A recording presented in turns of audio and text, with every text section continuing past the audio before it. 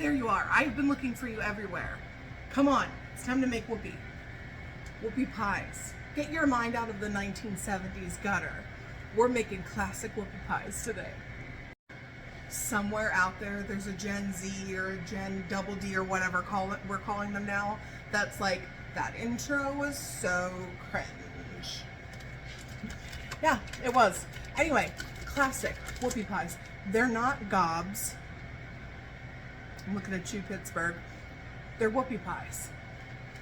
You need 1 stick of unsalted butter. Remember, your girl's making a bigger batch, but I'll put your ingredients right here on the screen. 1 stick of unsalted butter and 1 cup of light brown sugar. Cream those together until they're lighter in color and crack in 1 egg. Alrighty, 1 teaspoon of baking powder, half a teaspoon of baking soda, 3/4 of a teaspoon salt, and 1 teaspoon vanilla extract.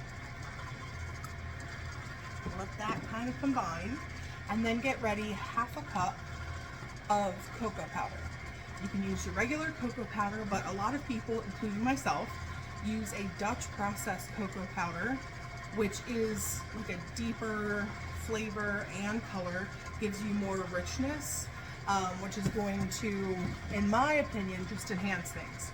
You could also add a teaspoon of espresso powder if you wanted. Lots of people do that as well. Again, that coffee espresso, that's just going to bring out the chocolate even more and deepen the flavor. But that's totally up to you. Now that our cocoa is mixed in, you'll need 2 1/3 cup all-purpose flour and 1 cup of milk. And I just like to alternate dry, wet, dry, wet, dry until everything is nice and incorporated. And that's it for at least the cake part of the whoopie pie. Finished dough right here. Now, you can make these whatever size you want. There's no right or wrong. I have made them itty bitty little minis. I have made them like big old whoopie pies. I do like a good size whoopie pie. So, lipped cookie sheet with parchment. You need parchment. Trust me, unless you want to be miserable. Okay. I'm using like a medium Pampered Chef scoop. About 1/4 of a cup.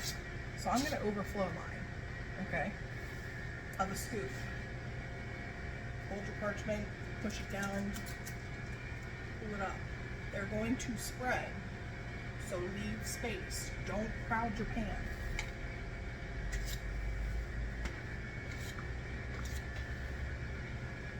You want them bigger? Scoop them bigger. You want them smaller? Scoop them smaller. We're going to bake these in a 350-degree oven for 15 minutes until the centers are just set. Pull them out and let them cool. Now, while they're baking, we make the filling, so we're all ready to go. I misspoke before. You're going to bake at 350 for 12 minutes. 12 minutes. All right, let's make our marshmallow frosting filling. 2 sticks of unsalted butter,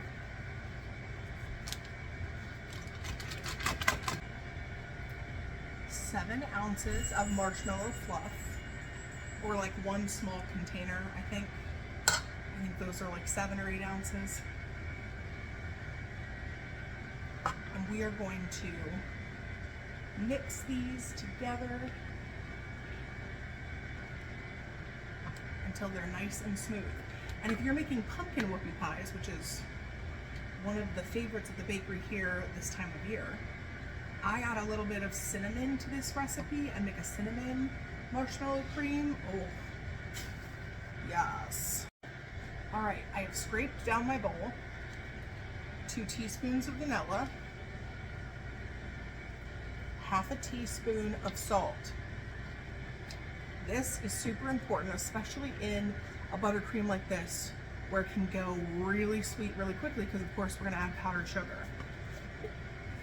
This gives it a nice little balance that's going to be perfect, especially between those two delicious whoopie pie cakes that we have cooling. Get that mixing, and then 3 cups of powdered sugar. And it should all come together and be this like fluffy, off-white, beautiful creation. So here's what they look like when they're all done. It's fine if they're mounded. They should be. I flipped some over already because we're going to put our filling on here. I have just put it into a piping bag and cut the tip off. You can use a gallon size bag at home, and I like to just put a little bit here. Don't put too much because you're going to sandwich it down. That right there, that's perfection. You want to keep the balance of sweetness, but there you are, a classic whoopie pie.